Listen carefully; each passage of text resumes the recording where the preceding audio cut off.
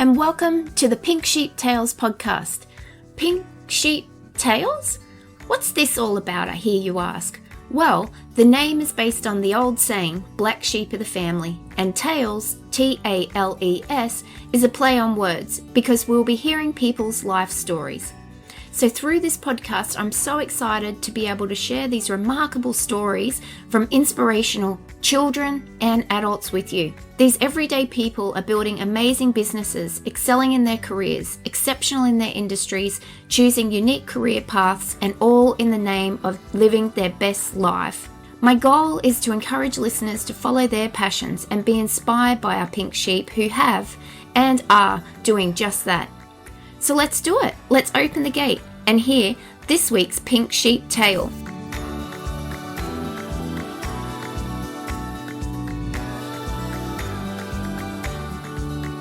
We've just heard Max's little story and he's so great. It really is true. I do love visiting on Mondays and I think, what stories has he got for me? What's he been doing? So I'm really happy and excited that Max's mum, Alicia, is going to give us a little bit of background on Max some more and herself and how she finds parenting a tiny little genius with a massive creative mind. And yeah, so just a little bit more. So, hi, Alicia. Hi, how are you? Good. So thank you again for inviting me into your home this morning and giving me your time and Max's time. The stories we've just heard Max talk about, we might give a bit more context to them and how we're seeing the value in them as adults and what we can see him sort of developing into in the future. So if I'll hand it over to you and let's just start with maybe a little bit of background. Sure. For Max.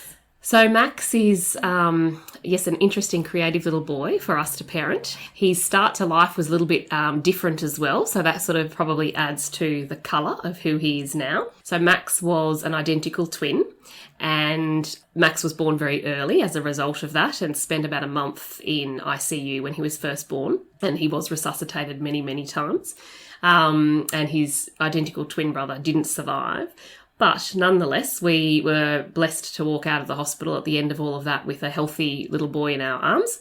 And his zest for life and his enthusiasm and his creativity, we can't help but look at him and think, oh my goodness, you've got enough for two people. So I think that with a lot of the things that he does and just the way he approaches life with just so much energy. For us, that's kind of a really lovely thing to see that perhaps there was his twin brother still in him somehow. But yeah, little Max he's just very, I suppose, entrepreneurial in the way that he thinks. His story that he told you around going down the street and selling some of his goods. A bit of background to that, our other two children had been on a sailing course and have fallen in love with the concept of sailing and had decided they wanted to save for what we call an opti, which is a small sailing boat, about $1,000. And my husband and I had said, well, you guys need to save at least half yourselves. So they had gone about doing a number of chores over many, many weeks to try to accrue this money. Hugh was never particularly into the idea, but he would observe from the side. And on this particular day, unbeknownst to me, when I looked around the house on a Saturday afternoon and I couldn't find Max anywhere, I sort of said, where's he gone? And a few moments later, he rushes in the door, having been down the street, and says, Mum, I've got all this money. And he actually had about $8 of various coins in his hands. And what he'd actually done was create lucky dip of various items in his room, some of which he'd made out of craft and others that he already had. And he'd gone down the street and decided to sell them. And the people that he'd sold them to, who we know, obviously decided to give him more money than they probably should have. But his commentary when he came back was probably quite funny. He said to my son, who'd been slaving away doing all these chores, he said, you don't have to do chores to get money. You just have to wrap stuff up and go and sell it down the street. And so, as a parent, you're kind of not quite sure whether you should be cross about that or think it's funny or think it's really good. But either way, I suppose that just sort of is a bit of an example of how his mind, works quite differently. Not only does he have the idea to do it, but the confidence and the courage to actually go and execute it. Meanwhile, our other two children who are older were gobsmacked and thinking, how could you do that? Aren't you embarrassed? So that was a funny little story of how he accrued all of this cash, which he's now hidden away in his bedroom. I'm not actually sure where it is. I heard him tell you the story of the Easter bags, and he also was explaining to you, I think, that they came about from Christmas bags, which is true. So last Christmas, as the parent, as you're going out and buying everybody else gifts in the family, Hugh felt that he needed to be giving people gifts as well. We were going to Melbourne to celebrate Christmas with my family down there, and he didn't want to turn up empty-handed. So he said to me, I'm going to make people presents. So he was very particular about asking me, well, who's coming to Grandma's for Christmas Day lunch? And I gave him the list.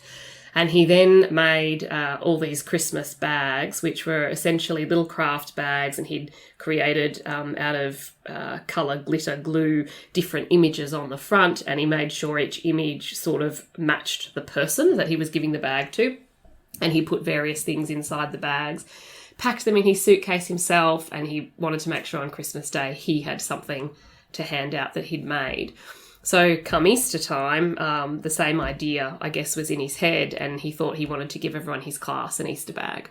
So it took him a good few weeks, actually, to make them, because it's about 30 kids in the class, and he made everybody these Easter bags with lots of different craft. And again, he was particular about what each child likes, and so everyone's bag was a little bit different. And so that was sort of his way of I guess, contributing to Easter. Yeah, well, when he was showing me those bags and explaining it to me more in a natural way, the microphone wasn't with him, but I was standing there and I'm like, I probably need gift bags.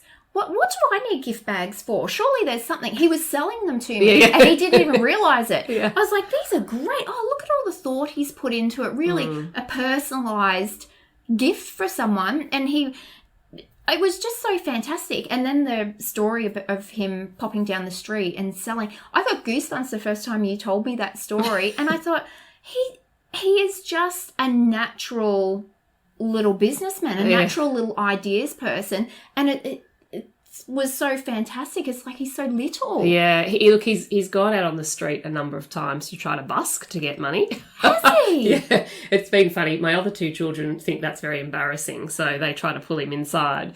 And one day he did it. There was not much traffic going past the house, and he was very upset that nobody stopped. But he loves doing that sort of thing. He's not embarrassed. He just has an idea and he gets out there and does it. Yeah.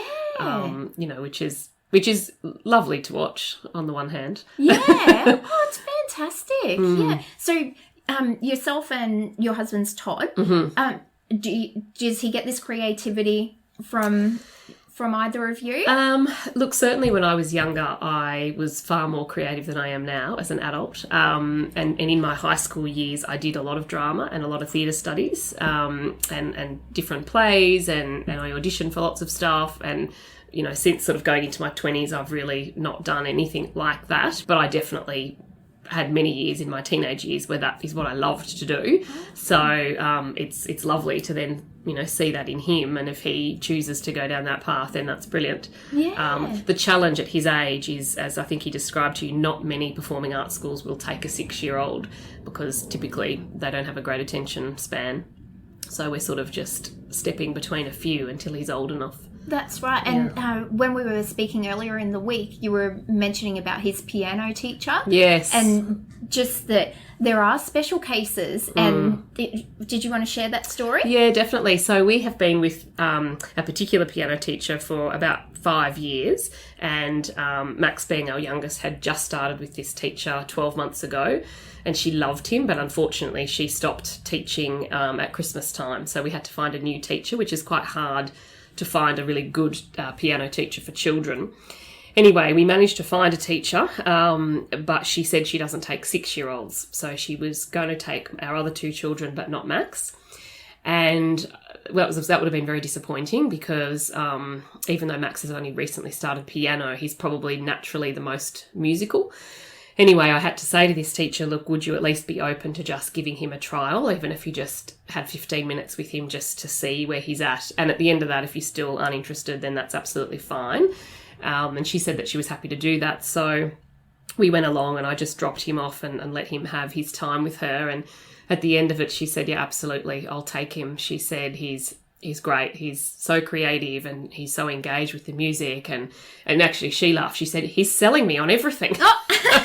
So every lesson I pick him up from, he's sold her on another gold sticker that he thinks he deserves in his book or something of that nature.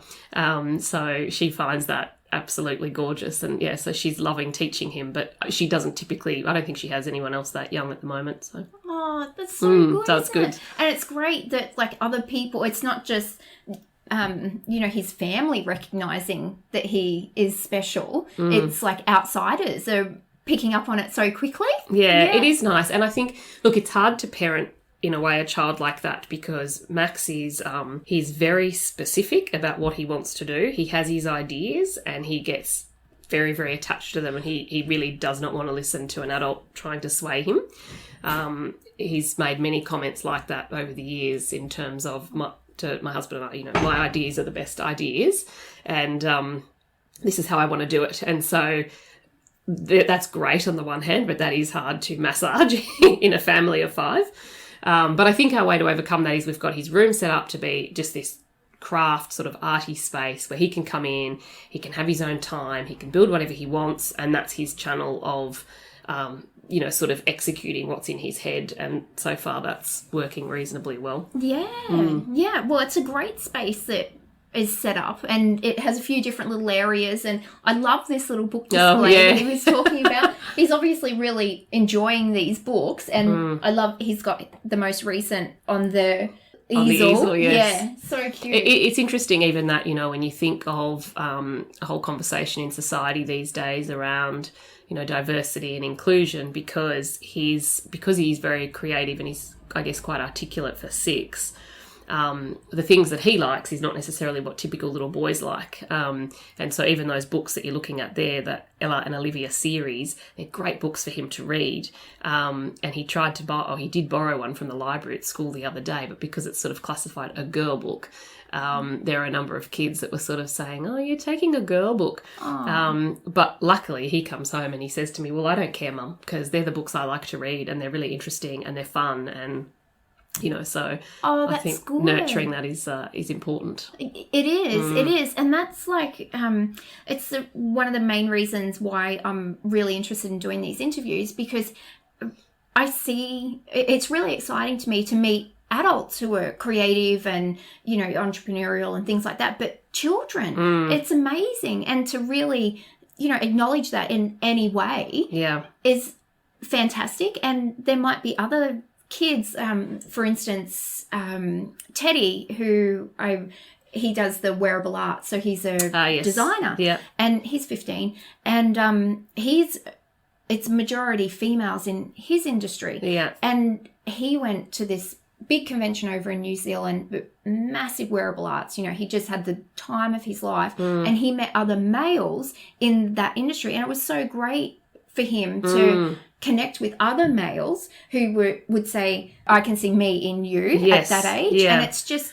I'm hoping these little interviews, kids are so tech savvy, they can find anything that they want. Yeah. If there was another little child who was creative and just wasn't sure, well, what's this all going on, and find inspiration or some relatability with Max? Yes, yeah. I think so. And I think the other thing too, particularly from a parent's perspective, is, as I said before, just finding that balance of trying to sort of nurture and allow your child to be who they want to be, because society is pretty constraining, really. And by the time a child probably gets to about 10, the social rules and regulations are trying to tighten who they are and what they can and can't be.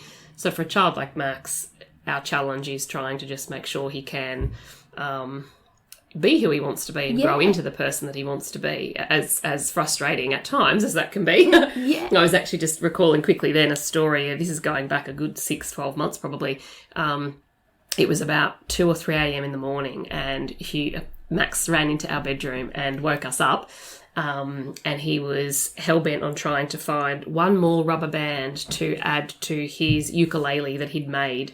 And unbeknownst to my husband and I, he'd been up in his room for hours making this ukulele out of craft. It was actually quite good, but he had it in his mind that he was one string short and he needed this one rubber band. And really at 3 a.m. in the morning? Yeah. But on the other hand, actually what he built was quite good. So it's sort of that balance. Oh, you never know when inspiration's going to hit, Well, that's Alicia. right. That's exactly. 3 in the morning. Exactly. It's really good. And someone's ventured in and are you going to have a little seat and listen to the rest of our interview? Yeah. Mum was just telling me that sometimes you go out the front and busk. Remember, you've busked. You've tried to go outside with your instruments and get money for playing on the street a few times. That's what all of us three used to do. Well, I think you've done it on your own a few times, and then the other two have tried to call you in, haven't they? Yeah. What? But I haven't got any money. I know. That's the problem. There's not enough traffic sometimes, is there? What instruments did you play when you were out there? No, I was singing. Singing. So we were just talking. Mum was just letting us know about your little ukulele midnight craft project. Do you often get inspiration at night? No, that was a one-off. Do you know the one craft project that you talked a little bit about a while ago? Do you remember at Christmas time when you asked Santa for your tie-dye kit? Yeah. And you tie-dyed... I didn't ask for it. He just gave it to me. No, you had it on your Santa list. You had a tie-dye kit written on your Santa list. And then you tie-dyed your T-shirt and leggings and a singlet. And we had a bit left over and we tie-dyed socks. Remember after that you said, maybe I could sell tie-dye socks at the market because we worked out that probably no one really has tie-dye socks.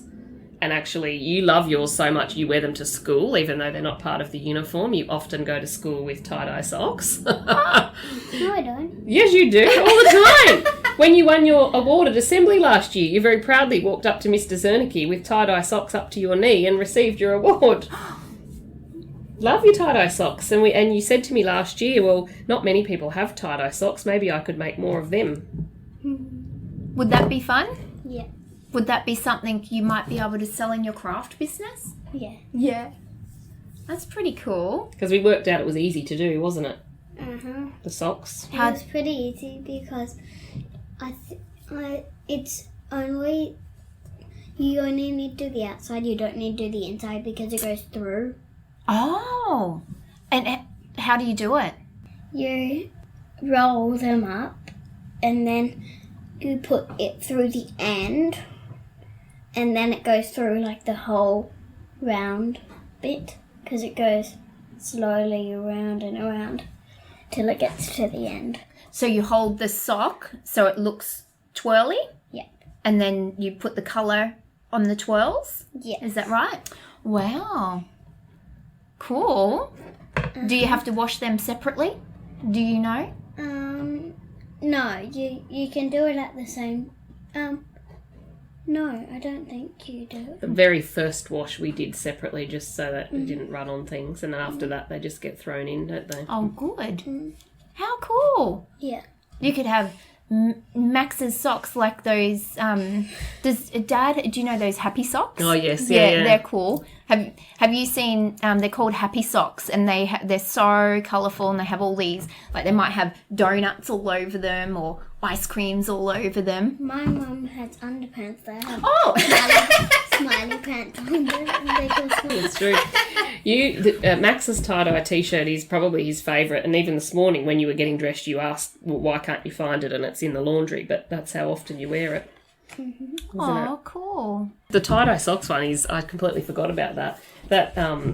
That came up at the similar time to them, or the other two trying to save for this Opti thing. And like he tie-dyed everything. And he said, I wonder if I could sell the tie-dye socks. And then Todd helped him work out, particularly for the older two, the economics of, well, a tie-dye kit costs $35, if you sold X number of socks at the market, because probably one tie-dye kit might do 15 pairs and, trying to work out that sort of side of it. But it was his idea to kind of go, maybe I could sell tie-dye socks. No one has tie-dye socks. Yeah. So it's really interesting that, he is so young and obviously hasn't done business courses or anything like that. So when we're trying to get the stories out. They don't really come out. Because he doesn't have the language around it, but we're able to give context to it, which is great. But he really does have, when there's a problem Yeah. or he needs a solution, he really thinks of how he can solve it. Yeah, that's right. Yeah, he doesn't sort of look outside himself. He really thinks, well, I could do something. Well, how could I do that? Yes, You know, and that's just the basics of an entrepreneur, isn't it? It's fantastic. Yeah, it's he's interesting. so good. Yeah. Isn't he funny? He comes in, just casual. What's happening in here? Okay. So did you want to just say a little bit about yourself and Todd? If you wanted to give a little bit of background about maybe I love stories. Oh. Would you like to say how you and Todd met? It's always cute. Your positions and things like that, just so people can get context of. Yeah. Yeah. Okay, sure. Yeah. So, my husband and I met a long time ago now, back in 2000. I'm from Melbourne originally. He was Brisbane, but I moved up here for 12 months to have a change of scene, basically. I was finishing off my undergrad degree at the time. So I transferred up here to Queensland Uni. I worked part-time in a consultancy firm and he was there full-time. And so that's where we met and very quickly hit it off, actually, which was lovely. And so kind of started dating, really, a few months after that. I then moved back to Melbourne and he followed me. So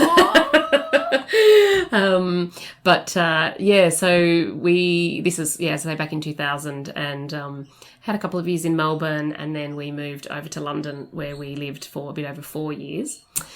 And obviously in that time we got married and so on and so forth. So yes, we've been together now for 19 years, which seems like a very long time. Lots of wonderful chapters during that journey.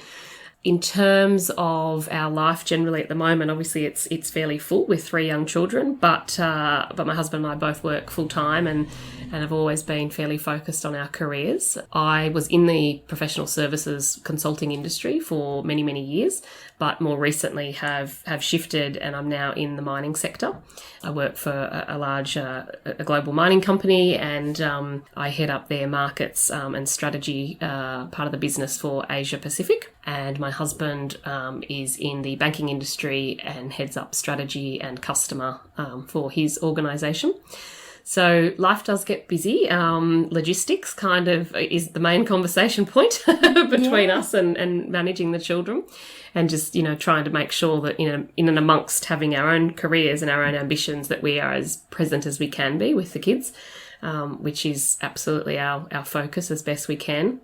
So just trying to make sure that each one of them, having 3 children, they're all quite different, that we allow them the time and space to sort of, do what they want to do and be who they want to be. But obviously it has to fit into the busyness of our household. Exactly. So that's probably, yes, our regular kind of challenge, but we try to make it work. Yeah. Oh, it's awesome. Oh, thank you for sharing that. I love stories.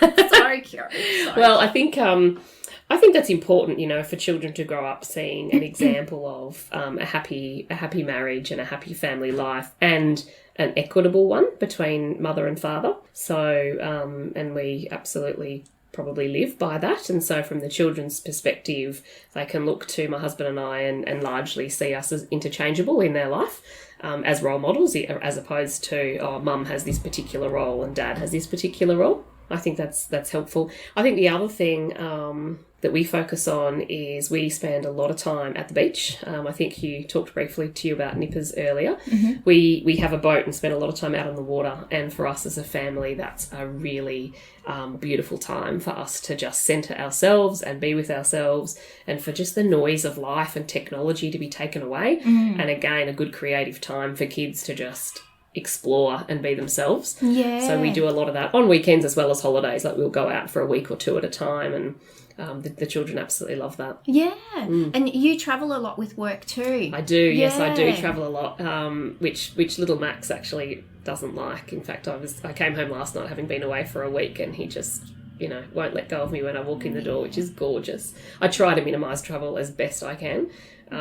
But sometimes it's unavoidable. Yeah. So how you're saying that you and Todd are interchangeable. Yeah. So that's great. He was like mum and dad for the week, and exactly. Yeah. So he's across all of that, yeah. And obviously I speak to them every night and talk about the day's events and that sort of thing. And but yeah, it's a different environment, I guess, these days for children to grow up when they've got both parents working and busy, but they adapt. Yeah, and it also shows that, you know, there's such variety when you're an adult. Like there's no restrictions. Like I can just do whatever I want. Look at mum and dad, you know. I think so. I think that's another really important thing, you know, that often when teenagers are going up to university sort of level and beyond, their understanding of what career opportunities lie in front of them is constrained by their sphere of reference. So depending on what their parents have done and maybe a couple of family friends, that's sort of all they know. And I think it's really important to broaden your children's horizons beyond that, because otherwise they don't even know what options are out there. Exactly. So even though the children are young, they're the sorts of conversations we like to have with the kids, to just plant ideas in their mind, and then to see what naturally kind of bubbles up when they get to 18 or 19 and have to make decisions. Yeah, exactly. And so I grew up with my parents having their own businesses till I was around about 12, I think. So I didn't know anything else. I thought that's what you did when you got bigger. So I was like, oh, when I'm big, what business will I have? So I always had these, what will I do? You know, thinking of that. And the kids at school would be, what will my job be? And you go to the careers counsellor and, well, what do you want? I'm like, what is this all about? I don't quite get this. But business, where's the business one? So it very much is what you grow up with is what you think. So if you have more of these ideas or more exposure, there's so much more opportunity for them. And it's like nurturing these, like at this age, they can have a million ideas and next week it could completely change. So it's really just going with it, isn't it? And like, you've got this idea, okay, well, let's do it. You know? Let's do it and see what happens. Yeah, I think so. And I think, you know, lots of children grow up naturally not knowing what they want to do, and that's perfectly fine too. But I think if the best you can do for a child is if they have a passion and a natural inclination towards something that gives them a lot of pleasure and is a positive influence in their life, then support it, you know, as best you can, and not try to craft them into something else. So, and we see that with Max, you know, as I say, we've got 3 children and they're all quite different, particularly the 2 boys. They're chalk and cheese. And that's okay because they're 2 different people. So I might end up sending them to different schools, which my husband and I are very open to. If that makes sense at the time that they're, you know, better suited to different schools, then so be it. Yeah. Before we started recording the interview, and I was explaining what we were going to do, and I said, oh, you know, your craft ideas are really great. And he said, oh, well, some have failed, but that's okay because I've turned them into something else.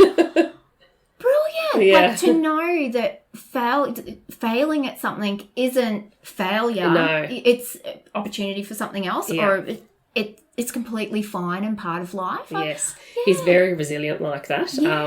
I mean, and we see it in lots of funny ways. So the children do a lot of swimming and they do multiple lessons of squad a week as well as swim club and other things. Anyway, last year when his swimming was not that great, he would still come to swim club and he would be up on the blocks, and our older 2 children would just enroll him in every race possible. And, you know, he'd often be up on the blocks and he'd say, what am I swimming? And there was one night where my daughter said, it's breaststroke. And I heard this from the sidelines and thought, oh, the poor guy, he's got no idea what breaststroke even is. But didn't bother him. He was just thrilled to be up there on the blocks. He dove in and did all sorts of whatever it was, got into the end of the pool, you know, came last by a country mile, but just could not have been more excited to be there. And, you know, at the very end, my husband was there timekeeping and Max said, how'd I go? And my husband said, you did well. You came last. And Max just laughed and said, that's awesome. That's great. Yeah. You know, nothing phases him. He just will get in there, give it a crack. And actually, interestingly now, sort of 6 months on, he's moved up to that squad level doing 2 lessons a week and he's swimming amazingly. He's made the most progress out of all of them, so it's quite interesting. Oh, good on him. But yeah, just having that sense of adventure, I think that adventurous spirit that says, yeah, I can do anything. Yeah, it might go a long way in life. Oh, it will. It definitely will. Yeah. And so cute how we were saying he can keep the full interview and the one that's edited and everything. Oh, yes. And he said we could do another one. Yeah. We sure can. Yeah, you've just opened a can of worms. Yeah, he'll be like every week wanting me to bring the Got an idea. microphone. Oh, no, it's so good. Okay, well, thank you so much again, Alicia. I really do thank appreciate you giving me a few hours on your Saturday morning, because I know how busy the family is and how precious all right. time is. So thank you. Oh, pleasure. And if there's ever anything that little Max or yourself wanted to share with us, just let us know and I'll let our listeners know. That sounds wonderful. Thank you so much, and thank you for giving us the opportunity. It's been lovely. Oh, thank you, Alicia.